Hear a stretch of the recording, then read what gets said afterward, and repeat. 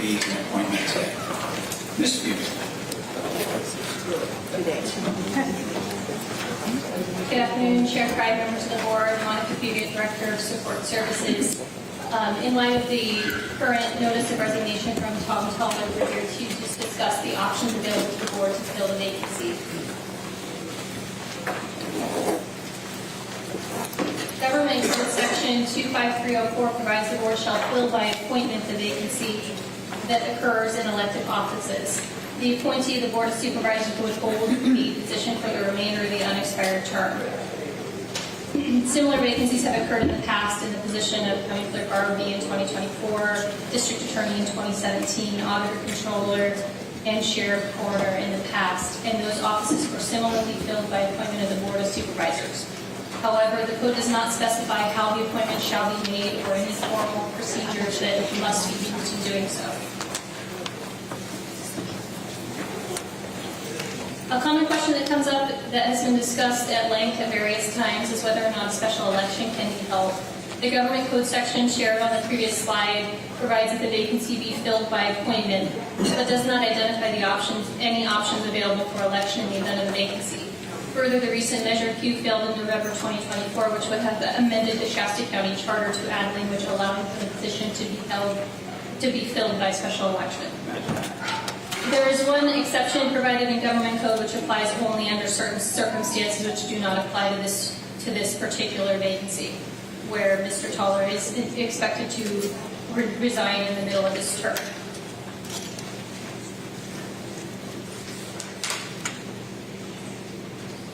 The person elected shall serve for the remainder of the term, which will begin on the first Monday after January 1st, immediately preceding the election. As to whether or not we can leave the position vacant, there is no time frame specified in Government Code. It just states the Attorney General has opined that it must be within a reasonable time frame, and inaction is not authorized by the statute.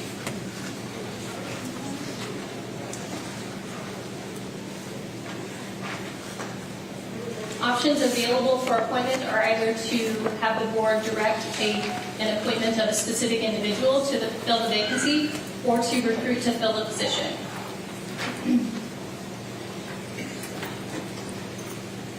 The first option, the board can direct staff to bring back at a future date a board item that would designate a specific individual to fill the position. With that, it would require also a waiver of the county personnel rules, which indicate that department head positions be filled on the basis of fair and open competition. Examples of direct appointments to elected positions without recruitment are Noel Short to the Auditor Controller position in 2021 and Mike Johnson to Sheriff Coroner in 2021. The second option that's available is to direct staff to open a recruitment for the position and make the appointment following a competitive recruitment process. If selected, that will require various input from this board as to how that process will be played out. And we'll discuss that further in the slides that will follow. Other positions that were filled following the recruitment are the recruitment for Tom Toller in 2024, Eric McGreeny in 2019, and Stephanie Bridget in 2017.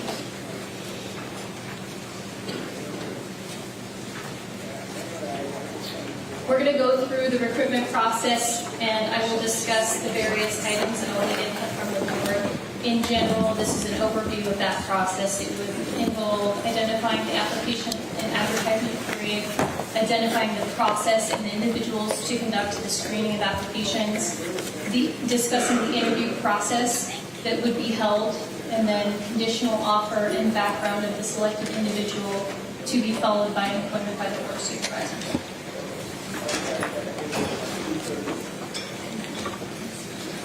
The advertisement period is subject to input by the board. If a recruitment is the option selected by this board, typically for an executive level recruitment, we recommend 4 weeks.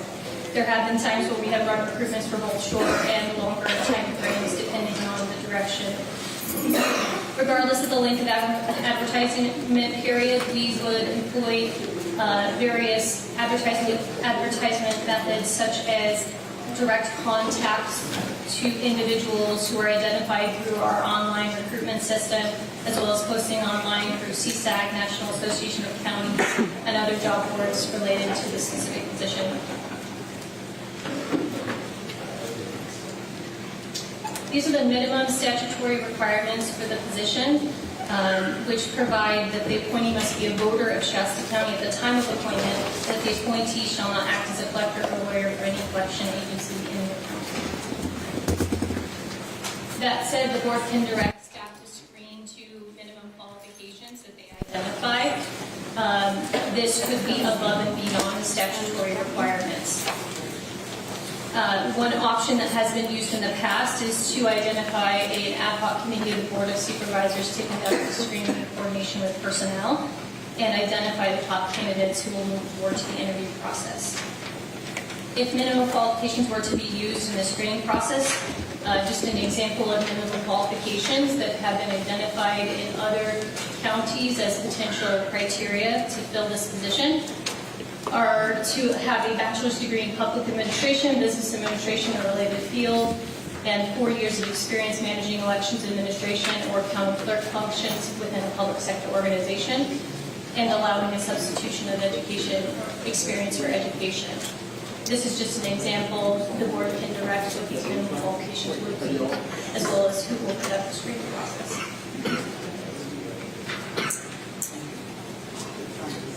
Those candidates who pass the screening process would be invited to participate in an interview process. The interview process can be managed in any number of ways. Two common options we have seen in the past are to first conduct an initial interview with the ad hoc committee identified by the board, and then bring the top candidates forward for open session interviews. The second option, and the option we used in the last recruitment, was to have all candidates who passed the initial screening process brought forward for open session interviews. Upon completion of the interviews, if the board wishes to move forward with making an offer to one of those candidates, the board can make a motion and provide direction to extend a conditional offer to the top candidate contingent on results of the background investigation. The salary of the position is established at $12,786 monthly. All elected salaries are set at a flat amount. There is no salary range for the other elected positions.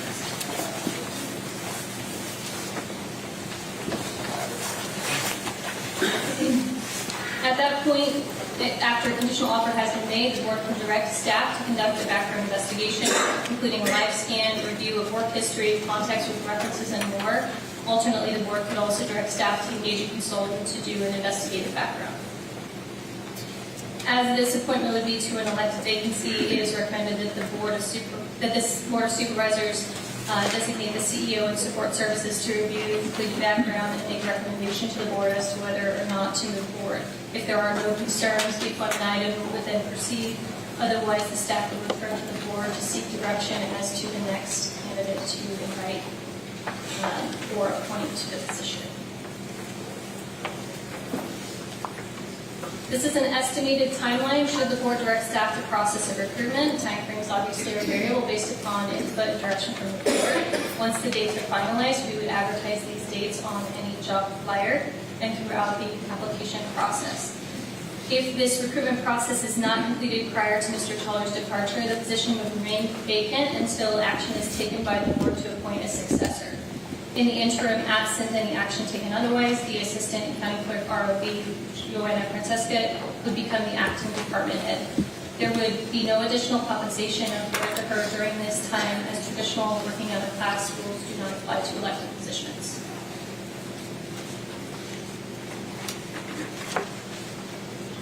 So just to recap, I know that's a lot of information, but this is the information I am seeking from the board today through this meeting.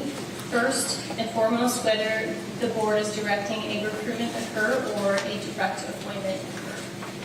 And then if a recruitment is the direction, who will be conducting that screening, as well as what would be the screening criteria to be used, and whether any additional minimum qualifications would be applied above and beyond statutory minimum requirements. Regarding the screening process, and the ad hoc committee to be assigned to conduct that screening, if that was the direction provided. There are many different approaches that could be taken as far as how that screening would occur, and that could be either the last recruitment we did, one individual member of that ad hoc committee could elect to advance someone to the next step of the process if it would be a majority decision of the ad hoc committee, or that committee could review against those minimum qualifications. So there's a variety of options. The interview process, as a reminder, the common structure is to either have an ad hoc committee do an initial interview and identify top candidates to be interviewed in open session, or all screened-in candidates to be joined for those open session interviews. Interview materials and questions. We look to obtain direction for the personnel department and CEO and the ad hoc committee to approve the interview questions and materials to be used for open session interviews to avoid having to bring this back to the board at a later date. And then last, providing feedback regarding the timeline. If there are, my ask would also be that the board authorize the CEO to make amendments to that schedule as needed. Outside of these items, the board could, of course, provide other direction. And while I realize this is a lot to discuss and to take on, if we can really try to fine-tune the process now, it will avoid us having to bring this back multiple times. In the prior recruitment process, we brought this back 3 times prior to open session interviews. So I am happy to help take any questions and or discuss the process as last time we did. Thank you, Director Fugit. So I'll just start the conversation off before we move to public comment. I think the process of having this done publicly, I think, is really important. And I did misspeak earlier because, as the agenda said, it says consider options related to vacancy of clerk, county clerk, register of voters. So when I said we're not making an appointment today, I don't actually have that power unless there's a motion up here. But my intention is for this to be about to set the process we learned from the last time. And hence, this is why Measure Q is so important to me, is I really thought this needs to go to the voters. But many of you didn't like that. So we're going to go through this process again. What I would recommend is we post the job tomorrow. And I'm not making this a motion right now. I'm just talking through it. I think we post the job tomorrow. We let it run for roughly 3 weeks, close it on the 20th. I'm going to bring forth a motion to put myself and Supervisor Plummer on an ad hoc that would do a screening process. We would call for interviews that week of the 21st, and then do an open interview process on what I'm thinking would be April 30th. That fits within the window, I believe. Minimum qualifications, BA-related managerial or leadership experience, and then that would be the conversation starter. What I don't want to do is I don't think we need to interview 10 or 12 people. I think the ad hoc committee could get it down to 3 or 4, maybe 5 tops, and go from there. Was that a motion? Well, it's more of a conversation but yeah, I mean, I would like to, if there's other input, Supervisor Long, Supervisor Harmon, you guys, Supervisor Kelstrom and I have been through this, so. Yeah, I mean, personally, I'd like to see it. I don't want to impose on staff, but I mean, I'd like to see it done even quicker, but would shoot for the 13th, would that be too difficult, Monica? No. Okay. Well, and one of the things too is what I realized from last time, and I've learned this from past elections as well, but if you appoint a department head, not to the elected office position, but if a person does that job for 2 or 3 or 4 months, they're not compensated more. And I don't think that's okay. And I worked really, really hard to try and get around that for our assistant ROB last time when Kathy Darling Allen left office for essentially 3 or 4 months. And so that's one of the urgencies for me to get this filled. Chair, yes. I don't see a queue here. I just realized that. Yeah, I'm just going to have to cut in. Yeah. I think the first question we should decide is appointment versus recruitment, and we can proceed to the next step if we get that far. So do we want discussion on the board, or do we all have our thoughts on that? I'm sure we all have our thoughts on that, but if there's a motion, I mean. Okay, I will make a motion that we do a recruitment process. I would second that. Yeah. Okay. So we will be taking public comment before we take any votes. But okay. So I mean, is there Supervisor Harmon? Is there anything that you want to weigh in about any of this? Because what I want is many of you are here, public comment. I'm not sure how many speaker request cards we have. All this is about the process. So if you're going to come in, you have your 2 minutes. You can say whatever you'd like as it relates to R1. But I'm just trying to make sure everybody understands. This is because what's happened in the past, to my knowledge, is all this stuff happens behind closed doors. We're going to do it publicly once again. I think that's important.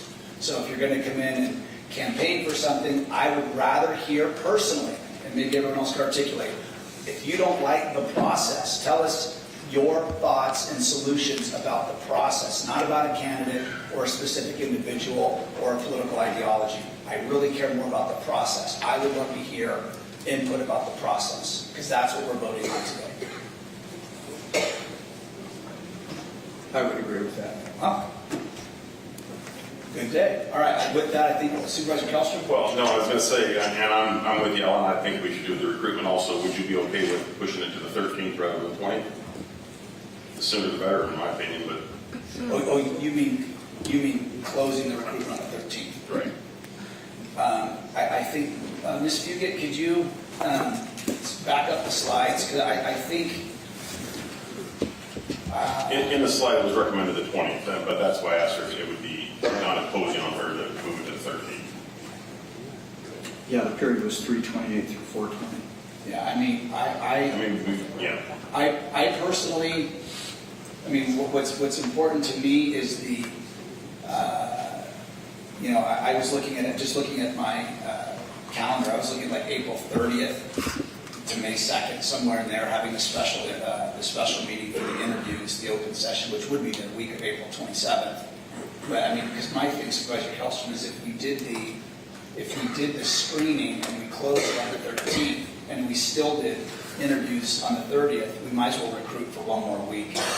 Because, Well, all that would be pushed back a week. Correct, Monica? I mean, it would...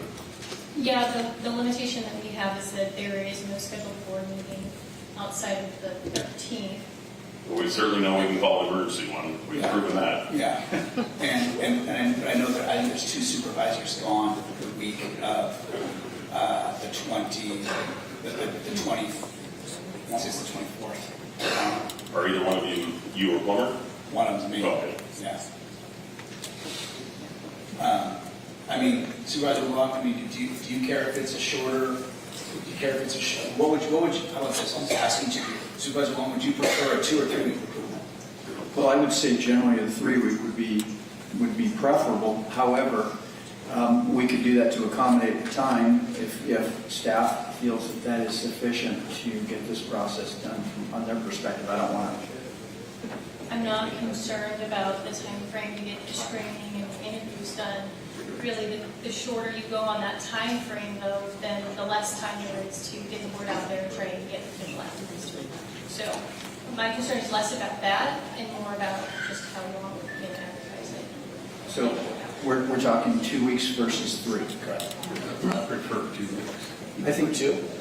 2 weeks. I can live with 2. I think we're going to get everything. Yeah, I'm gonna get uploaded. This is good stuff. This is great. Well, I think you're going to try to, narrow it down to 4 or 5, and I think those 4 or 5 are going to be the first ones in there. So, I mean, Just gives them a little more time. And just to be clear, we 3 weeks gives also, them more time than 2 weeks. No, you get all your nominations for your candidates in 2 weeks, and now you got a little more time to process. Just slap the nicer. Supervisor or CEO Rick. Mr. Chairman and Board, I would like you to at least consider the fact that we're not actually in chambers. It's somewhat challenging, so I would request that you at least consider what our calendar looks like and try to make it work as best as possible. Well, we're talking about the recruitment period, not the actual meeting. The meeting will be April 30th through May 2nd, I believe, is what. Ms. Blankenship. Thank you, Chair. So one thing that I have done in anticipation of it being during the week of April 27th is I have reached out to our community partners to hold meetings within their chambers. And as of right now, I've only gotten confirmation that the 30th is available at the City of Shasta Lake. All other locations are not available for the 29th, the 1st, or the 2nd. But I can, if we do move it up, I can certainly look at the week prior to that. But it would be dependent on whether a location was available.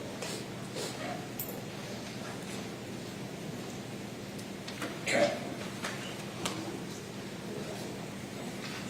So, okay.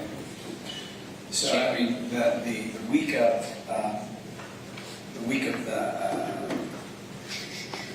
so if we did, Supervisor Long, so do you want the recruitment to be, I mean, I was trying to give it a little bit more time. Are we saying we're trying to move it forward faster? the recruitment. Right, just strictly the recruitment. Well, Well, go ahead, I'm sorry. my biggest concern was the impact on staff and getting this all done, but if that's not an issue, I think we can get it done by the 13th. Have the recruitment done by the 13th. Correct. So then what we would do is we would take the week of the 14th then to screen applicants, the week of the 14th, and then have the interviews on the 30th or the 1st or the 2nd, somewhere in there.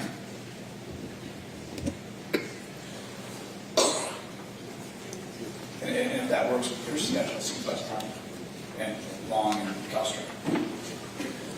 Well, and your schedule, Stephanie, so the 30th, right, is the only option you have right now? That is the only option, but again, I only looked at that 1 week.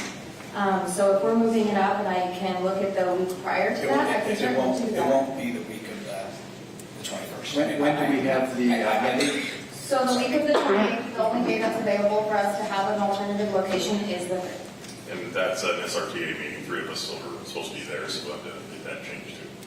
and we can move an SRT. Yeah, and when is the ledge conference? 25th, oh, that's right, 23rd, that's what it was. 23rd, 24th, and 25th is CSAC. That's we're all in Sacramento. Right. That's what, I knew there was something.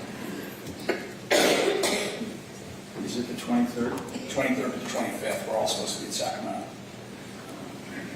So here's what I would say, and I spent probably 4 hours on this yesterday. And we, this is great, because Director Fugit came up with some different things, but I thought if we ran the recruitment to the 20th, on the 21st, 21st and 22nd, an ad hoc, committee, I'm going to make it, like I said, I'm going to make a motion, the Supervisor Plummer and I do it. And then that would give them basically 7 to 10 days to call the applicants for a meeting on the 30th, if we can do the 30th, April 30th. But all 5 supervisors need to be there, because I think there needs to be 5 votes, there needs to be an odd number. Correct me if I'm wrong, but during the last process that I watched, didn't each supervisor bring back a candidate? Correct. So my thoughts are, we get this down to a pool of 3, 4, at the most 5, and there's 1 interview on the 30th. Those are final interviews. We pick one of those. And if you want to be on the committee instead of Plummer, like, I'm fine with that. Okay. Yeah, I would.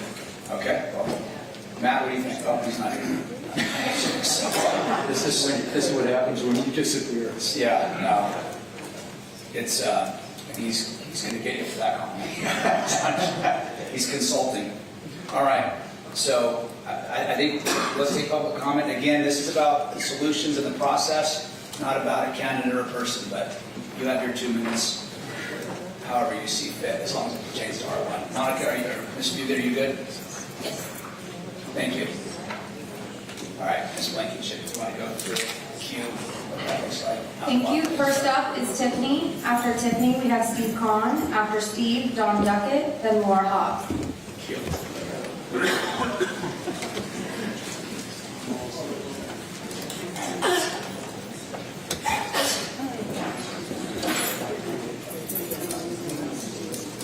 Hi, thank you for allowing me to speak today. This will be shorter than the last time I spoke. This is good that you had this meeting.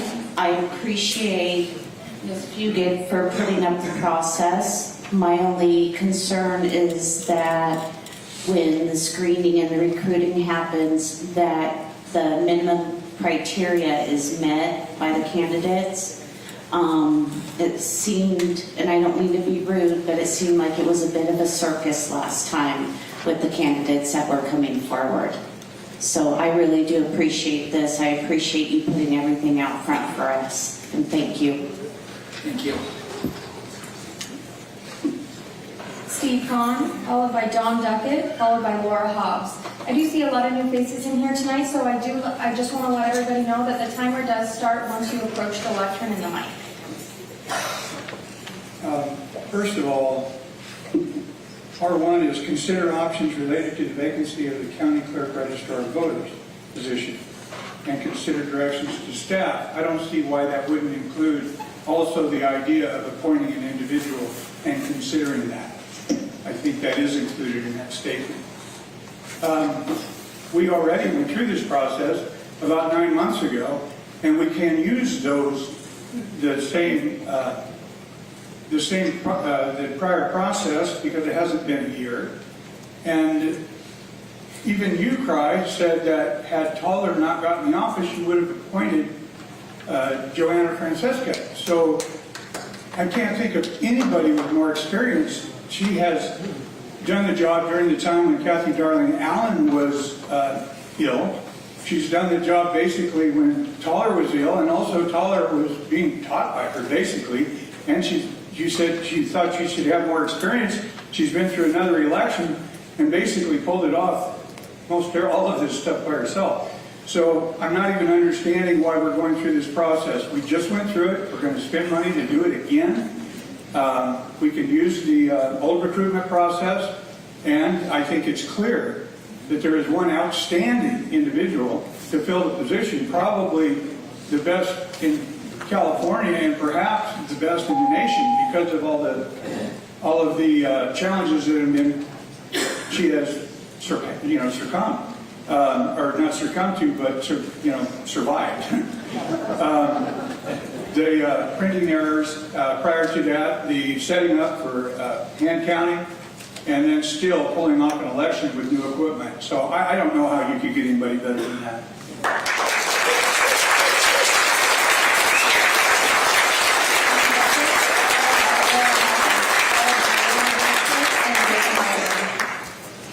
Good evening, Board.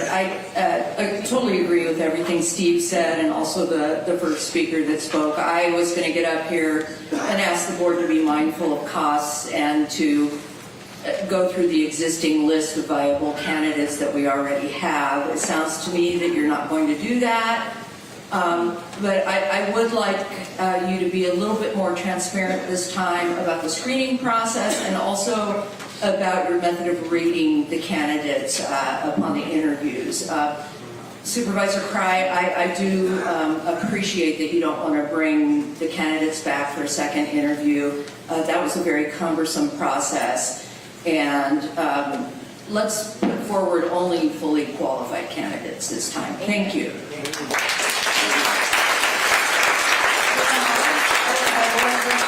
And David Halligan. After David, Jeff Porter.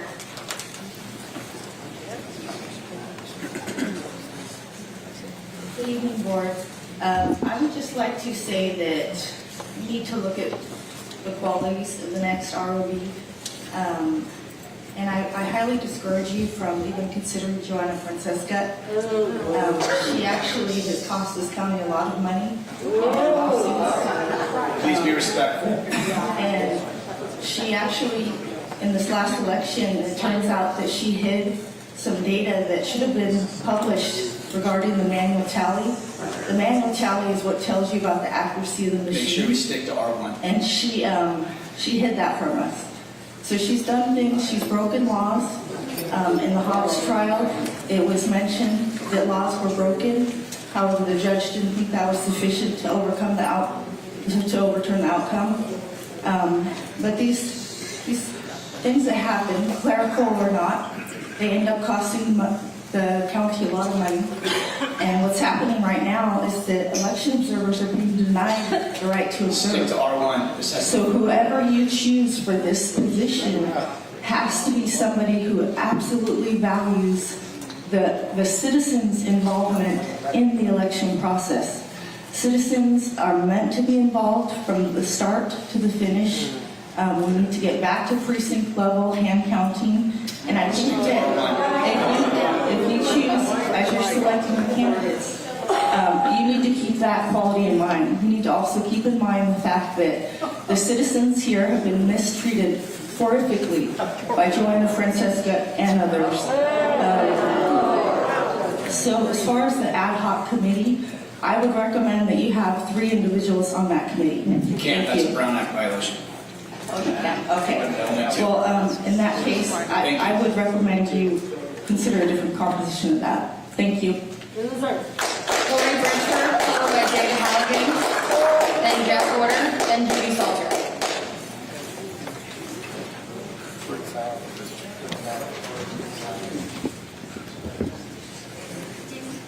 Good evening, Chair and Board. Lori Bridgeford. Could you repeat, I hope that we have our code of conduct where people aren't heckling, yelling, interrupting, and screaming? That would be real, like right now. They're laughing right now. Yeah. Could that be reiterated? Can we show some civility? Well, to the agenda. Okay. The same few people, always. R1. I am proposing that we have open recruitment, and I am in agreement that we have to pay deep and keen attention to those that were in application last time, that much has changed in their conduct, behavior, and so on. So I would ask that everyone pay attention to that, and just because someone has experience does not mean that they're not a part of swamp cronyism. So that's a fair statement. Look what happened with Joe Biden and Joe Biden. Look Can we not respond? I mean, just be quiet and let people finish. I haven't even named a person, and they're already moaning, groaning, and having a heart attack. So that's the point, is there's been a lot of unfortunate conduct and behavior that has happened. Of course, the fake media will spin and twist it like they always do. I am saying I appreciate having this be open. I do not know if other candidates from the previous one from out of state is even interested or not. Didn't name a person whatsoever. I'm concerned that we still have Lad v. Toller in place, and so there's a lot of issues to look at and address, and I really don't want to see Cal failures in Shasta County. We have got to do our best to get the most appropriate people that have their ethics and morals in place, and that is going to be the best way to go with who the ad hoc is. I hope all 5 of the supervisors can be a part of that. I'm not into rushing, but I don't want to have things take a long, long time either, so it's a balancing act. Thank you. Thank you. David Halligan, followed by Jeff Porter, then Judy Salter, then Christian Gardner. Good evening, Board. I want to go back and look at the 6/18/19 ROV interviews just 9 months ago. 39 candidates applied. 2 days of interviews with question and answer periods. Day 1, the top 8 were interviewed. Reduced down to 4 for day 2. Joanna Francesca, Tom Toller, John Gaglione, and Clint Curtis. As the interviews concluded, there was much discussion by the supervisors on what they were supporting. One comment from Mr. Kellstrom was his concern that Ms. Francesca might not stay with the election office if she was selected. Ms. Francesca did stay. She was a good soldier, and she trained her new boss, Tom Toller. And then there was Chair Fry's comment during discussion of what he wanted to see at the end of the 2 interviews from the second day. His choices. I want to play you the audio. And Joanna, we've already spoken about this, so I would be supporting Joanna if we don't go with Tom. Again, Chair Fry, you stated it wasn't going to be Tom selected. Tom wasn't going to be selected, then you would be supporting Joanna. Mr. Harmon, you stated previously that you don't like being a swing vote. Here's your chance for you, sir, for you or someone else to be the leader and make a motion tonight to select Ms. Francesca. Ms. Buget already spoke about a direct appointment.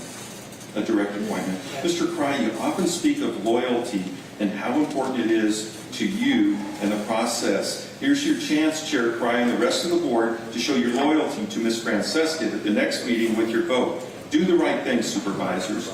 Do the right thing.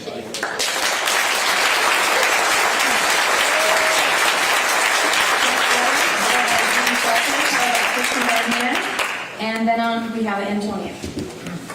Good evening. I'm going to encourage the board to do a direct appointment rather than a recruitment process. Why will the board go through a recruitment process when just 10 months ago you went through a very expensive and extensive process involving 38 potential applicants over a 2-day period eventually? While it was obvious to me that Joanna Francesca should have been appointed back then, given her tremendous background and experience of 16 years of the department, in the end, after all the weeding out of the unqualified applicants, the 2 days of public interviews of the potentially qualified applicants, it all came down to Ms. Francesca and Mr. Toller. Why, when we have one of the top 2 candidates still on the list, would we move towards a recruitment process and just go through everything that you went through just 10 months ago? I mean, it makes absolutely no sense. Unfortunately, Mr. Toller turned out to be an ROV that was determined to follow the law and conduct elections within the legal framework. But without Ms. Francesca there to guide him, he would have been lost at sea.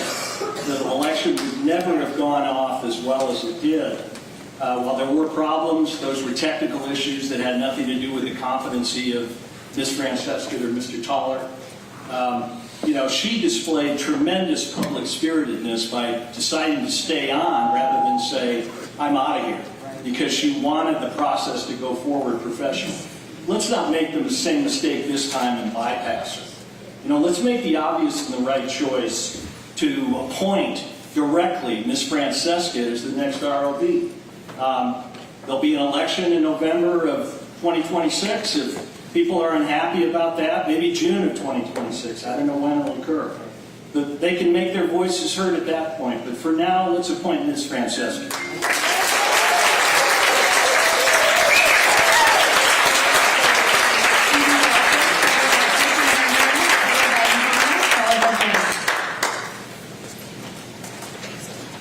I'm just going to be an echo. We went through this 9 months ago, and just in the last couple of weeks, we've been having all these law enforcement meetings and talking about the need to get the budget under control. I think it's just irresponsible to spend money on this. I move completely for an appointment tonight. We have one candidate who has shown absolute flying colors. I urge you to make the appointment.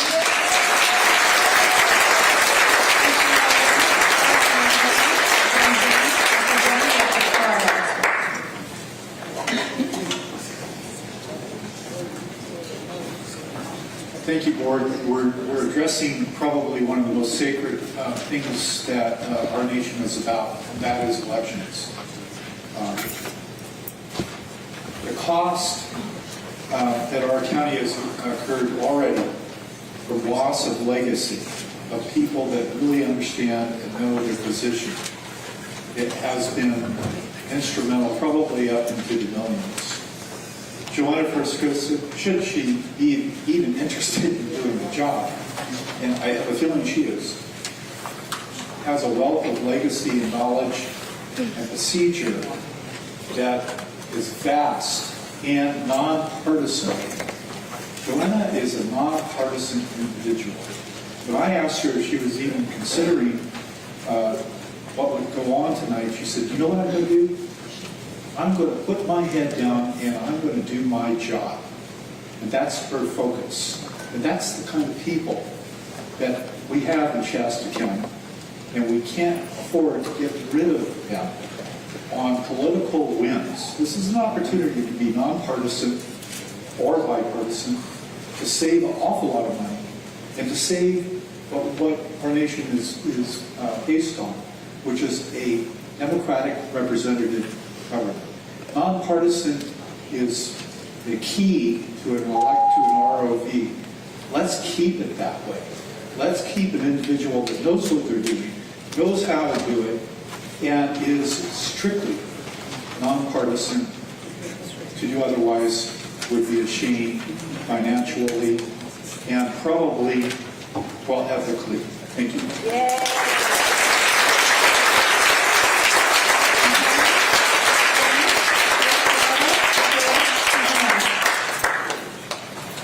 I'm sorry we can't hear who you're announcing. After Antonia, Jenny, Rich Gallardo, then Susan Weiss. Good evening, Board of Supervisors. The most important qualities of the next ROV is their ability to perform a completely transparent election. We need someone who is a fighter and will do what is right by the citizens of Shasta County, fighting against tyrannical state overreach. And that's not Joanna. She was not transparent. She's the problem of teaching Toller all that she knew, which leaded Toller to be where he is now. So blame it on Joanna, because that's where it all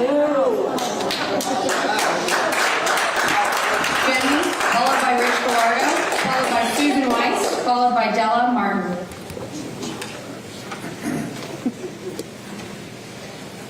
Good evening, board. This is just a small microcosm of what you're going to see out there. You're used to a very small minority who complains in your room, but there's a larger amount who listen online or out here. And I'm going to tell you, they all want the same thing. We don't want you to spend time, effort, energy, and money when you have someone already there. When you can appoint and save us all time. I do believe the last time we had one of these, Kevin Cry asked pretty much, how hard is this job? It must be really hard because 2 people have now gone down with stress. Now, if we're going to talk about that, one person hasn't. She's still there. Joanna has led it twice now, but not gotten to pay for it. She's already done the job. And she's still ticking. She's still running. She's still athletic. So far, only one person deserves this job and can do the job efficiently and can handle the stress of these people. I hate to tell you all this stuff about how she isn't transparent, she doesn't help them. I've been in there when people were belligerent, when they were angry, when they weren't listening to the things she asked for, and she handled it with grace every time. There's only one thing to do here. It's appoint.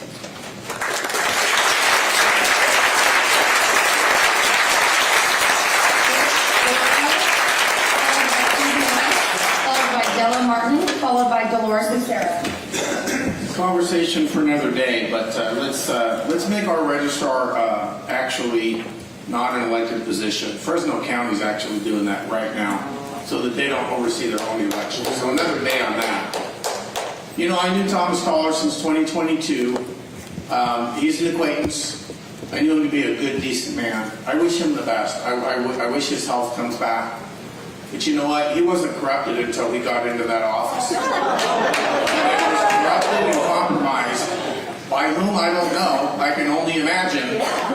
And now we the people have uprisen because the last 2 elections were the worst that Shasta. Okay, appoint or recruit. And so what we need to do for now, let's do an open appointment process, because the second in command at that elections office is absolutely horrid, and she will not do fairness and transparency. Goodbye, Joanna. Susan Weiss, followed by Della Martin, followed by Dolores Lucero, then Nathan Blake. I'm not saying anything that anybody hasn't said here, but I just have to say my piece. I appreciate the open attitude that you're promoting. I really do. I think it's great that we have this chance to come and speak on this. I think it's great. I want to compliment you on that. However, I think it's time to stop the chaos, the expenditure of time and energy and staff to go ahead and go through this process again. Everybody's making a lot of sense up here about how we already know that she's done a great job. Joanna's done a great job. And any smart business or any smart agency would promote the people within that do a good job. And I can't believe that most of you don't feel that she's really earned her position. Thank you.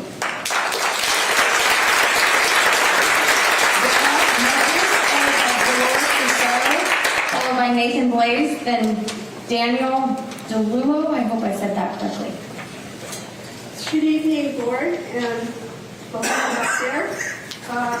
I support the appointment of a person with very strong experience, high moral standards, and adheres to the rule of law for all positions in Shasta County. I agree with the speakers tonight that Joanne Prescott is the best possible candidate for the position of ROV. And I had a long statement here, but I already sent this email to all of you supervisors today. I just support appointing Joanna Prescott, and I hope you'll do the right thing and not appoint someone without qualifications. It has happened over and over with this board in the recent past. That's right.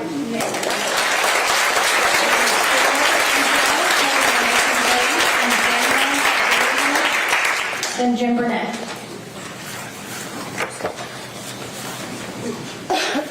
Here we are again. Dealing with this, didn't I say when you were interviewing those people for the election department, how long was Tom Caller gonna last? Didn't I say that? A lot of you heard me say that. Okay, so we're back to square one. But let's just face it. You basically already have someone that lined up. This is just a fake freaking meeting that you have to do. The word is out. We already know. Come on, Chris. You can't keep on being part of this corruption, following crime and everybody else to bring in your people. You're not treating Joanna fair. You know, you need to look at the laws that you're being violating against Joanna. I'm surprised that she hasn't filed a federal lawsuit for violating her rights to be treated equally in this position that she's been in. And for you guys to play this game that you want solution, Kevin Cross saying you want solution. He doesn't want solution. He likes chaos. How many times does he do this? And how long are you going to follow him every time he does this, Chris? Are you his little puppy that you just follow along with him? Then you got Corky, doesn't even know his ABCs. And yet, you know, and Kevin Cry talks about that, you know, he was trying to pass Q for the people to have a voice. Bull. Nobody trusted you. That's why it didn't pass. It has nothing to do that we don't know what we're doing or why we voted that way. It's because nobody trusts you. Yeah, you go ahead and show the people how you act when people speak. When every time we get up in the podium, you say, we're wasting your time. We're wasting time. It's our damn right. You work for us. We want Joanna. We want you to stay on it. And we continue to do that for her. You're violating her rights. I'm telling you right now, you guys are going to look into a federal lawsuit to surprise. Thank you. Nathan Williams, followed by Jim Burnett, followed by Gary Hero. Federal prison, all of us. All right, so just because this room's a little bit different doesn't mean that I haven't been experiencing how this board operates for years. Yeah. So I just want to cut through to the crap here. Like, all these type of decisions you guys have made in the past, as if we're actually here and you're hearing our opinions. No, you guys always make the decision beforehand, before any of this ever happens. This is all fake. Yeah. Like every other decision you guys have ever done has never come from the input from us people. Because you guys have your little private conversations. So what I'm guessing is you guys want to pick Patrick Jones to be the ROV. I think it's on purpose that he's even not here tonight, and you guys think you're being smart about that. Oh, hey Patrick, don't show up, and then they won't think we're going to pick you. I know how you guys operate. I sure hope you don't do that, because if you pick Patrick Jones, he's just going to break state laws and then go to prison for 9 years like Tina Peters. Or we could not make the same mistake you guys already made by not picking Joanna. She was the right choice the first time, and Kevin Toller was your decision entirely. That wasn't even on the other supervisors. So the mistake that we don't have an ROV right now is all on you, buddy. So make the right decision this time and pick the candidate that is going to be the right candidate, that knows how to do the job, that has the experience, and don't make yourself look stupid again.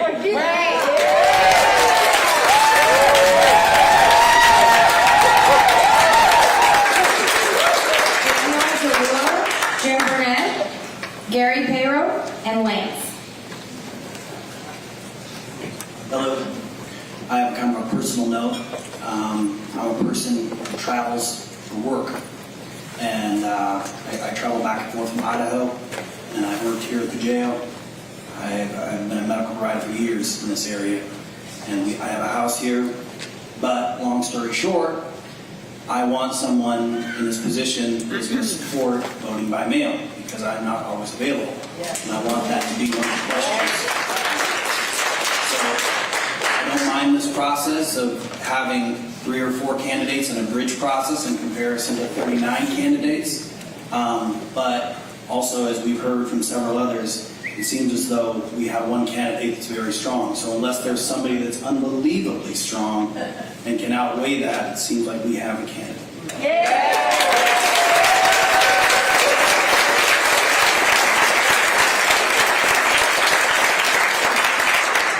Jim Burnett, followed by Gary Payro, then Lance, then Megan Owens. Good afternoon. I speak in favor of the recruitment process. The ROV is not a partisan office, and the administration of our elections should not be fought along partisan lines. Everyone should want fair and honest elections that give results everyone can trust. If there is any dispute, there should be an easy way to verify the results to prove or disprove the dispute. However, over the past 30 years, the federal and state governments have passed many election laws, and we were told that they needed to pass these laws in order to remove barriers that prevented people from voting.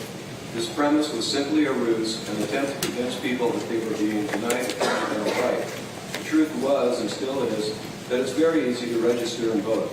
In spite of that, all sorts of bad laws were foisted on us that really had the effect of making our elections subject to rampant fraud by making it easy to cheat. Our next ROV needs to be aware of this situation and not be afraid to acknowledge it publicly. For too long, the elections office has been run by ideologues who willingly advocated for laws that made it easier for fraud to proliferate throughout the election process. Worse, the voters themselves have no way to know whether the election results were accurate and true. We're forced to accept the word of the ROV that everything was perfectly administered and rendered.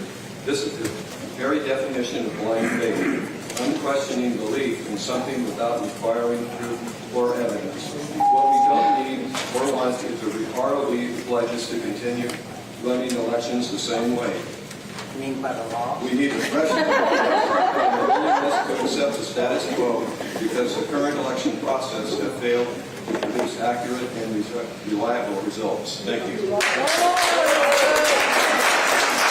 Gary Payro, followed by Lance, then Megan Owens, then Jillian.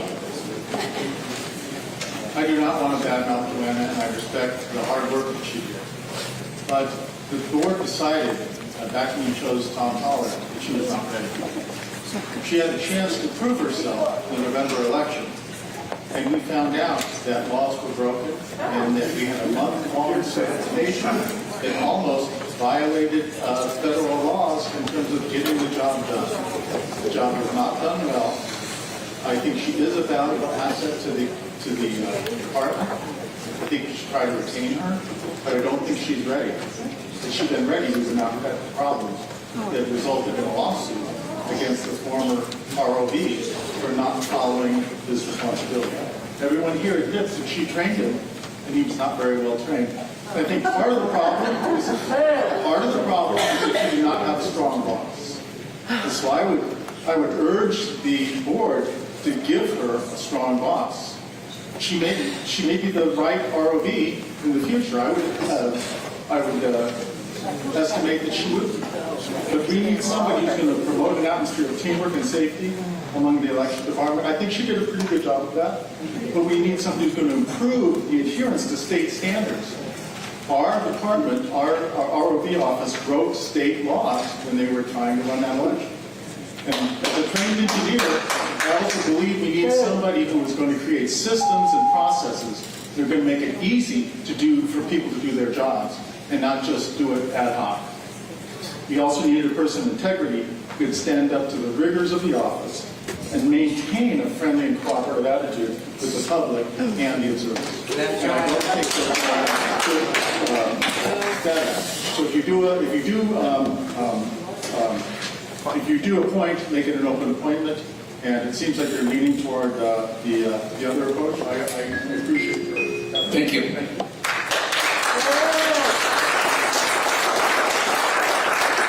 Lance, followed by Megan Owens, then Jillian, then Patty Jelovich. Good afternoon, gentlemen. So I know there are a lot of familiar faces who've occupied the space I'm currently occupying. I am not one of them, a relatively recent arrival in Shasta County and Reading. My name is Lance Scarron. Early on, I did have an opportunity, however, to work as a poll worker in a very contentious and difficult election in this county in 2020. And at that time, of course, as you know only too well, the office was run by Kathy Darling and her very capable assistant, Ms. Francesca. So look, given that you now have an absence or a vacancy in this position, normally I would advocate for an open recruitment process. But as it turns out, such a process took place recently under your supervision and your guidance. 2 excellent candidates were narrowed down for the final decision. One of those candidates occupied that office briefly and is now gone. It seems both irresponsible and, frankly, a violation of fiduciary duty for this board to even contemplate entering into another expensive, difficult, time-consuming, and contentious process when the obvious candidate remains in office and has operated competently despite any innuendo or unsubstantiated claims to the contrary. So look, the only reason it's pretty clear that this board did not select Ms. Francesca previously is because she failed a political test, not a test of competence or a test of executive ability. This office, more than any other office in this county, is not a political sinecure. And for this board to treat it as if it is not only disgraceful, but shows disrespect to the citizens of Shasta County who deserve to be well represented in the elections that come up every 2 years and more frequently. So I urge you, if you are going to enter into a process, the top candidate should be a directed appointment of Jessica Francesca to the office is already competently and capably managed.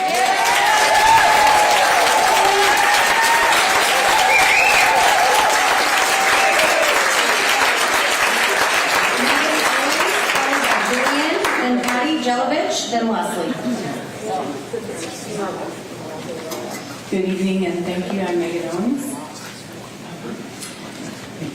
It is not unorthodox when a vacancy occurs to appoint into that vacancy, hire into that vacancy the candidate that was second in line, particularly when that is the person doing the job well.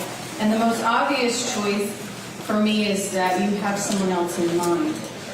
However, the very people hiring you have stated publicly that you would have voted for Joanna in this position if she had more experience. Well, she has more experience. I have a concern about the appointment process you have outlined as well.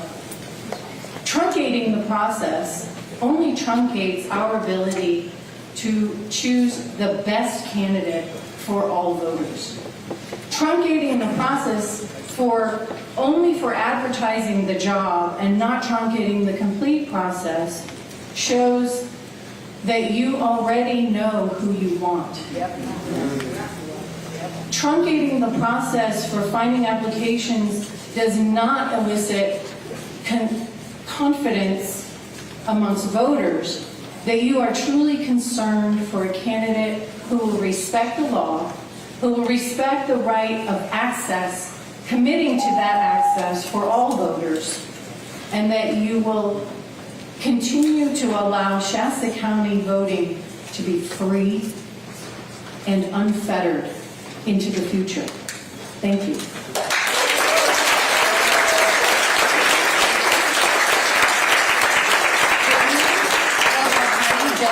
Followed by Leslie, followed by Ron Pember. Hello, my name is Shelly McCullough. My family and I make our home in Millville. First of all, I'd like to applaud the board for making the commitment to transparency. I think that is of the highest importance here. I'm probably going to say something wrong. I echo Director of Voters' recommendation to ensure that we have someone with experience. I think the minimum requirements aren't appropriate, so I would just make the recommendation that we get someone with quite a bit of experience. These things can be very complicated, and so I think we're very lucky that we have Ms. Francesca, who seems to have, already done the job and recently went through the interview process. So, to have someone like that, sometimes it can be very rare. And I would just say you're all businessmen, and I think in business we focus on people, process, and technology. And I think you know that you can have the best process and the best technology, but the house of cards will fall if you don't have the right people. And so I would say that we've already got someone that already knows the job. So I would just ask that you appoint Mr. Francesca instead of going through a lengthy process. Speed is important to try to get someone in there to have the position filled and have us running. Thank you very much.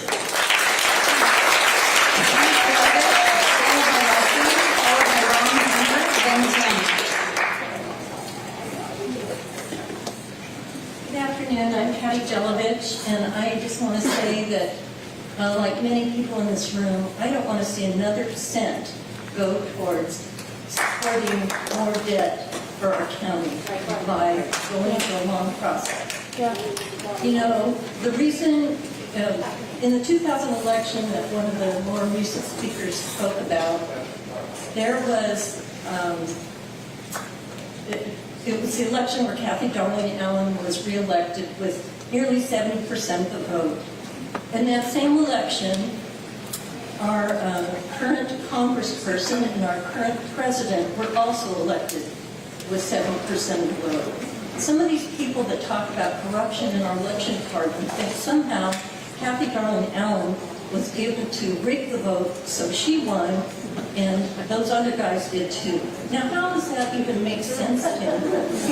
It's just crazy. At the same time, the national election was challenged in court. There were 61 court cases, 60 of which showed that there was no election fraud across the nation. There was the Fox lawsuit that was sued by Dominion Voting Machines, Fox station, and I will never call this Fox News. They aren't news, they're propaganda. They paid close to $1 billion to settle for Dominion, defaming Dominion. In this county, this board, majority, voted to get rid of the Dominion machine, which is where the start of this amount of money that has gone down the drain came from. We have a very qualified candidate, and then we can vote on a new one in 2026. Thank you.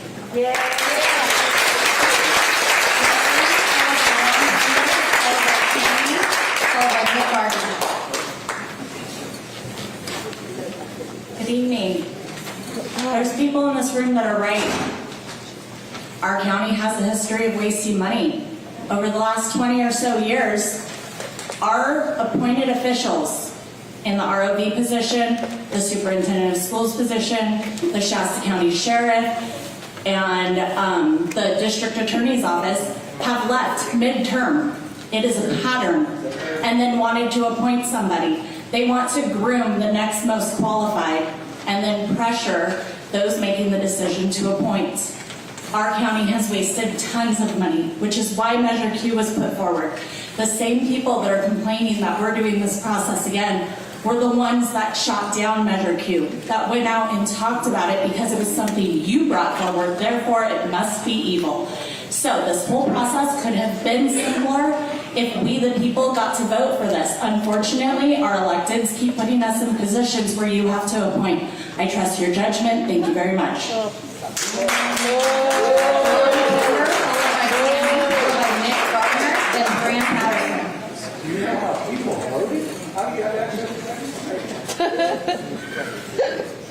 Hello, board. My name is Ron. Whoever gets appointed, we need to be able to observe. We're not allowed to observe. They shut us off. We can't even go in the ROV office. And we need to be able to observe Ham County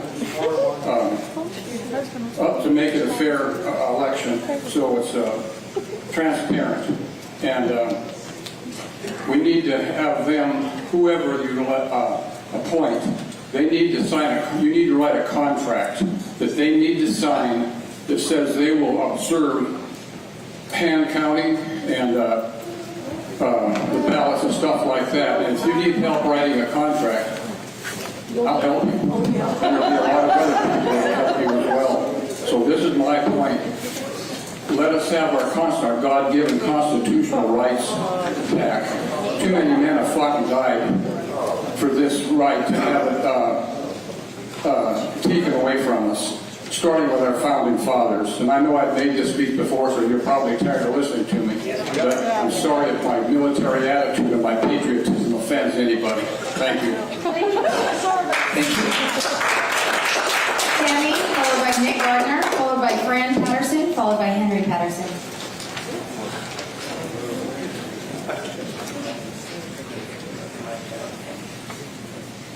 It seemed like only yesterday when the board was in the same position, same situation, and the process became so polarized and so hostile. Bring the mic closer to you. Is that better? Yes. Start over? It seemed like only yesterday when the board was in the same situation and the process became so polarized and hostile, and I surely hope that we can avoid that again. We all have our thoughts and our opinions, and all of them should be offered and heard and considered in a respectful manner. I hope you would, as board members, will base your decision on three things: qualifications, experience, and familiarity with the laws governing the election department. As one who has worked long hours, many days, as a poll worker in a variety of elections in Shasta County, I'm familiar with and have a very high regard for the care and diligence with which our local election department operates. I know of no other person better qualified to assume the position of Shasta County Clerk and Registrar of Voters than Joanna Francesca. She has my full confidence. I hope she has yours. Thank you.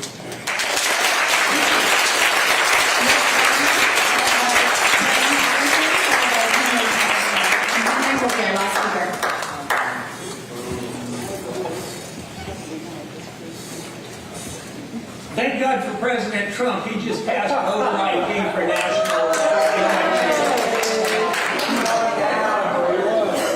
You know, the only reason we're up here is because the failed recallers, Mary Rickard, Tim Garner, John Duckett, they didn't pass. They went against Measure Q, or we would have gone right to a election and we would have had the will of the people, the majority of the people.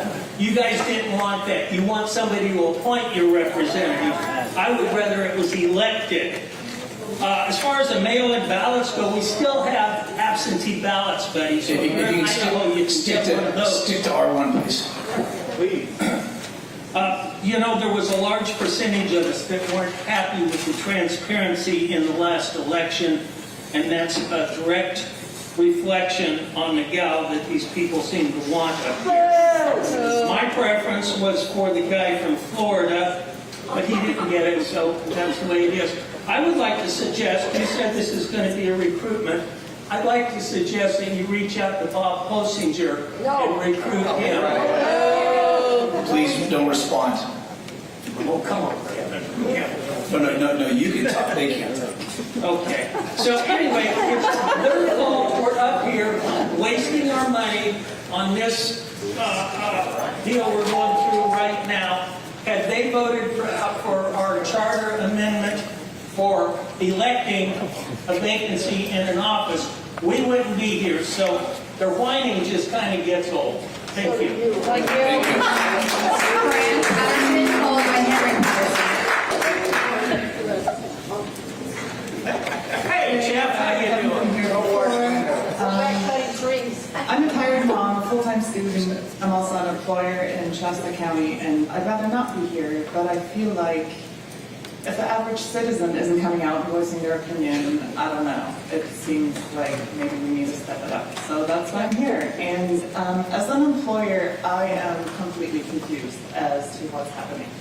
Because when we need to fill a position, we just go back to the best candidates we had the last time around and we see if they're still interested, we fill the position, we move on.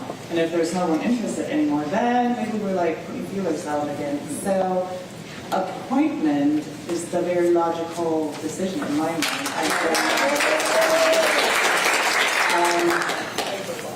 I don't know who Joanna Francesca, I can't even say her name, is.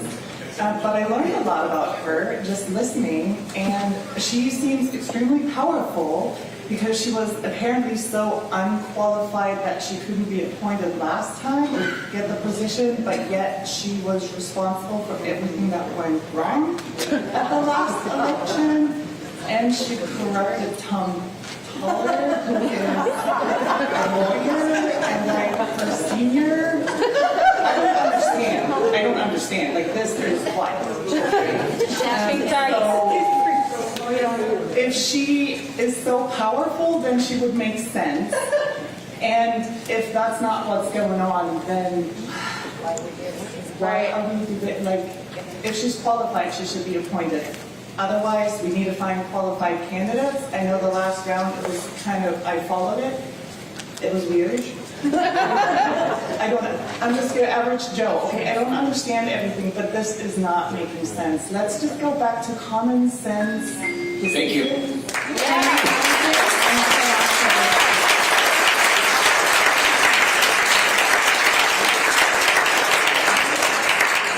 Okay, I got 2 minutes. All respect to the supervisors and everybody that has spoken before me, including the veterans, including the people who have kind of not the popular ideas up here. I appreciate that we can do this, and I appreciate that I can speak and share my opinion. So I just want to say a lot of respect to everybody. Heckling's got to hurt and be really hard to deal with because I'm super nervous. So here's my opinion. Regardless if you appoint or recruit, I urge you to consider the qualifications for the best candidate.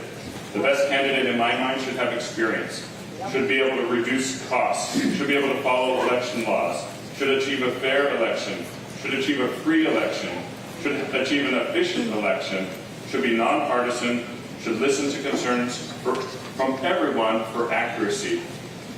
Just because we like certain voting machines, we probably, well, that's done. Okay, so the best candidate should not follow just whims and conspiracies and anxieties relating to elections. I know those are real, and I know they're really scary, and I know it's really frustrating to feel like elections are being thrown out, but I really feel like our election process has shown time and time again to be fair, free,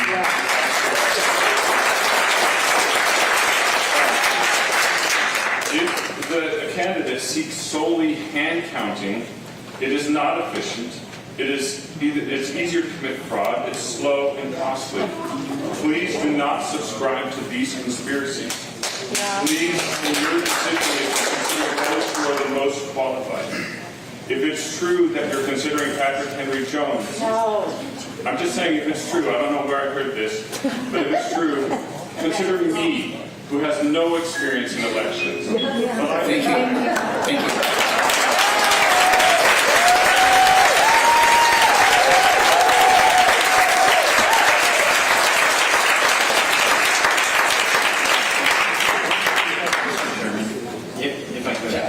Council Armour. Sorry, I can't chime in like we normally do. I would request that you make 3 separate motions here. Yeah. The first one would be whether to make an appointment or not. The second one would be the timeline, and the third one would be the ad hoc. That would the record scope. So, all right, someone make a motion. And with that, Chair, I apologize for the interruption. We do actually have a motion and a second on the table to move forward with the recruitment, so I do ask that we start with that. Before we get into that, can I bring something forward? Absolutely. So, I'm listening to everyone, and I'm going to take a kind of a novel approach to this, and I didn't know originally we're missing one board member.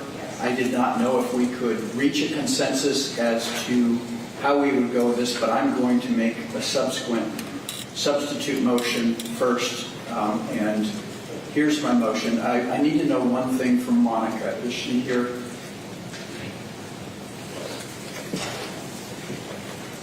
What would the cost be of this process that we're, if we do a full recruitment?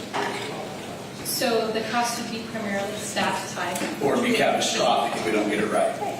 Yeah. So, And additionally, any advertising costs. and what would be the equivalent of staff time as an offset, let's just say, because they wouldn't be doing something else? Do you have any idea how much staff time would there be involved, board time? I'm sorry, I don't have an estimate on that. It obviously is more extensive than a typical recruitment because it's an executive level recruitment, but I can't really estimate that for you here today. Okay. Let me just continue with my thoughts, and then I'm going to make a motion. I don't know how it's going to go over with this board, but we just did a very thorough process 9 months ago, and the position upon taking office, whoever that ends up being, will be a little over a year and a half. So it's not a very long time. Given the considerations of the cost, I would make a motion that and this has nothing to do with the person that is in the office currently. I'm not making it based on that. And if we go recruitment, if this board votes recruitment, then I will support that process entirely. But at this point, in order to save time, to avoid the cost, and it's a fairly short term, I'm going to make the motion to this board that we appoint the incumbent, which is Ms. Francesca, which is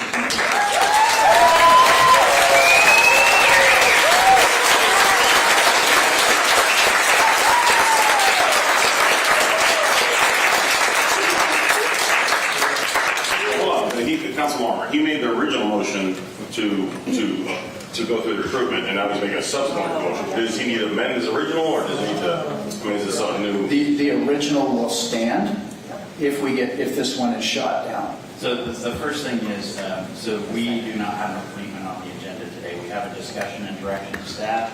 So the most you could do today is have staff bring back an appointment of a specific person. You wouldn't be able to make that appointment tonight. Okay, so that will be my motion, that we bring this back for discussion of the person that's already in office in order to save time, money, and... So your motion, Supervisor Long, would be to bring an appointment back of who you're saying, who I believe is Joanna. Correct. So it's not a discussion. Your motion would be that. Correct. So is that your motion? That's my motion. Okay. Do we have a second? We'll move to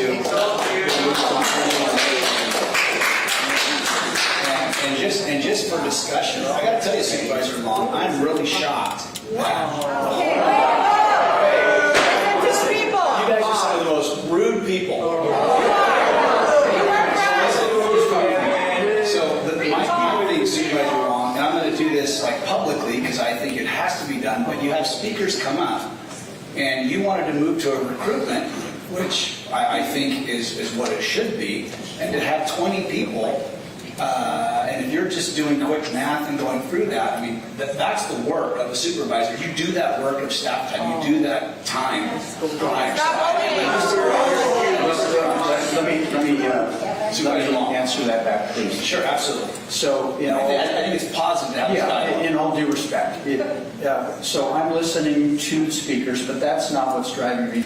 I originally wanted to avoid this entire process, going through all this, because I think we have a qualified person that's already in the job. And it's not going to be forever. It's going to roll to the next election. So I had made the decision that I'm not going to push this right up front because I didn't have a full board here and I didn't think I'd get the vote, which I didn't get the vote. But in my conscience, I said I need to at least offer this as an option because maybe the rest of the board felt similarly and the rest of the board thought, hey, we can avoid this for a year and a half and we can go with somebody that we just talked about 9 months ago and who was a real serious contender down to the two, and members of this current board right now had said excellent choice. So that's where I just wrestled with this, and I didn't think I'd get the vote. So I didn't bring it up, and I thought, well, we'll go through recruitment and we can figure out the process through that. But I am interested in saving the county as much money as we can and not having to go through this process again when we already have a qualified person in office, my opinion. So I thought that is exactly why I just thought I have to amend it and at least offer this, and because I don't get to talk to you guys. And I just wanted to poll and see where we are, and we took a vote. But right up front, you made the motion for recruitment. Well, no, I mean, that was your first move to make the motion. but you understood what I just said. If people in the audience, please not respond. No, so what I said was, we're missing one, please. We're missing one member, and I didn't think that I would get a consensus or a majority vote. So I thought, okay, the recruitment process at least will open this up, and we will consider a number of candidates, and then there'll be room for further discussion, because I didn't think I'd get a vote. And then when I was listening to our speakers and I was thinking about it myself, I just said, hey, I have to offer this as an option. So I'm not changing my mind. I will go along with the recruitment process, and obviously that's where we're going to go. So I appreciate the opportunity to weigh in, and that was just my thought process, just to save time, to save a lot of money for our county, and we've got somebody that has the qualifications currently to do the job. So that's all I was offering. And I appreciate that. And Director Fugit, when we talk about, I'm not asking the question, I'm just saying from the conversations about this, and most of the people are actually salaried, so we're not adding additional. In terms of the recruitment, I mean, I'm not looking, I mean, you're nodding, so I get it. The most important thing is we're not spending a whole bunch of money on some big campaign. We're going to put it out there. We'll reach out to some of the other candidates that we had in the past, letting them know we're reflying it and going from there. So we have a subsequent motion on the board, or originally by Supervisor Long, seconded by myself. We'll take that vote, which is moving to a recruitment process. All those in favor? Mr. Chair. Yes. So when he made another motion, he can have both on the table, so he can make a new motion. So he made a motion for another item. I'll make a new motion for recruitment. I'll second. So take that again. All those in favor? Aye. Passes 4. The next, I think we did one for the process you wanted about. Yes, the timeline. So I'm going to make a motion, and again, I could amend this, but I'm going to make a motion that we post the job tomorrow, have it close on the 20th. On the 21st, we'll have those applicants pared down to a pool of 3 to 5 with interviews, and to follow on the 30th, with the final appointment made on roughly May 13th. I would still prefer a shorter open period, but I'll second. Any other discussion? All those in favor? Aye. Passes 4-0. Now let me ask you one question, Council Armour. If Director Fugit, because I made it for the 30th, did that motion need to say like somewhere around the 30th? Like if for some reason we moved to May 1st, is that a problem? What Director Fugit had requested in her presentation was that we give some ability to the CEO to move these dates. Would that be included in my motion then? No, but you can make an additional motion. Okay. All right. I'm going to make a motion then that we allow the CEO to move those dates as he sees fit within those close parameters of the original motion. I'll second. We have a second. All those in favor? Aye. Aye. Passes 4-0. Now we're going to move on. We have two more motions. One around the minimum qualifications. I'm going to say BA or related managerial or leadership experience, experience in an election or ROV office, or working in elections. So because last time we did this, we did that. I'm sorry, that's my motion. Do you want to include a time of experience, like 4 years or 6 years? Sure. Yeah, I mean, any of that, that's pretty broad.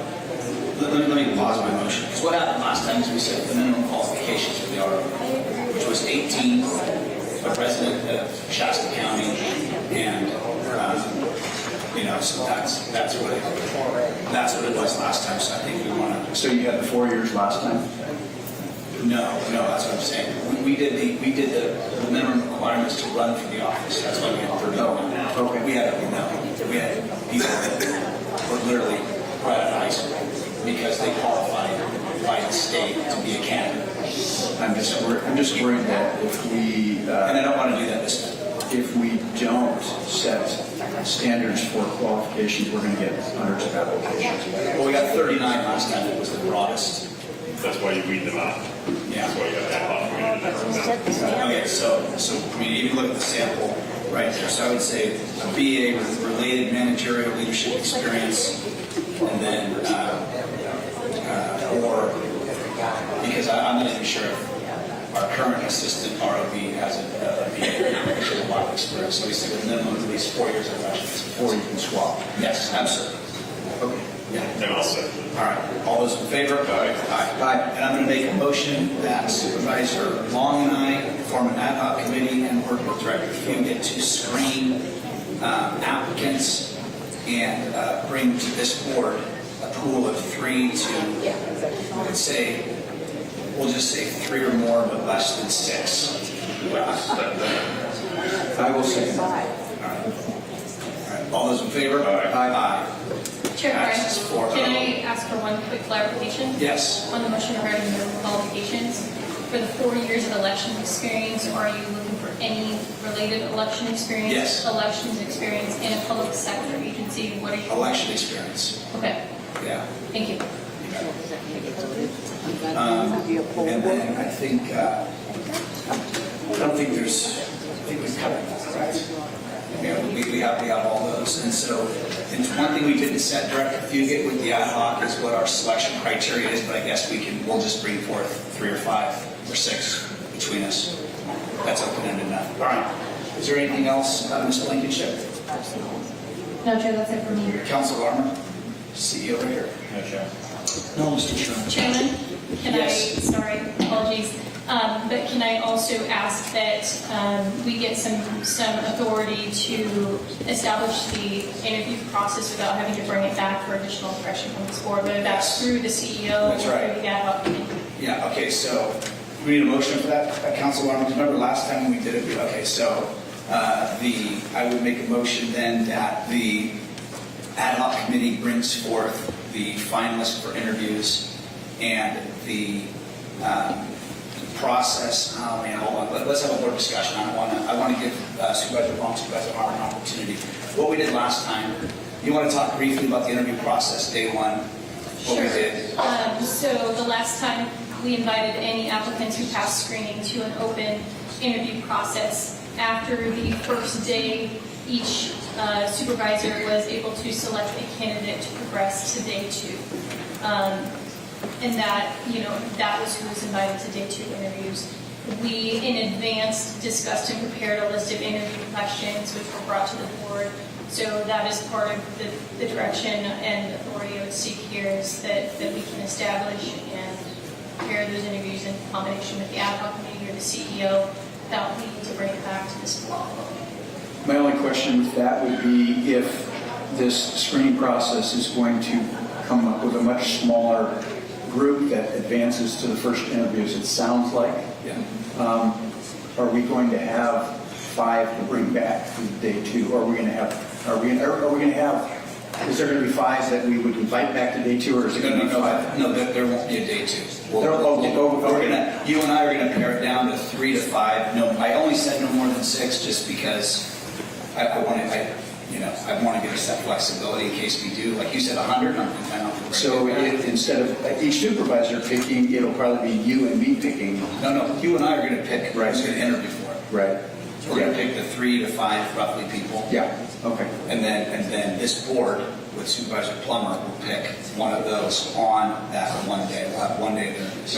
And my thoughts are, all of us, we have an open interview. We each get maybe 4 or 5 minutes with each applicant, some questions we want to ask, and just do it that way. Perfect. So we would schedule roughly 30 to 45 minutes for each applicant and knock it out on April 30th or some thereof.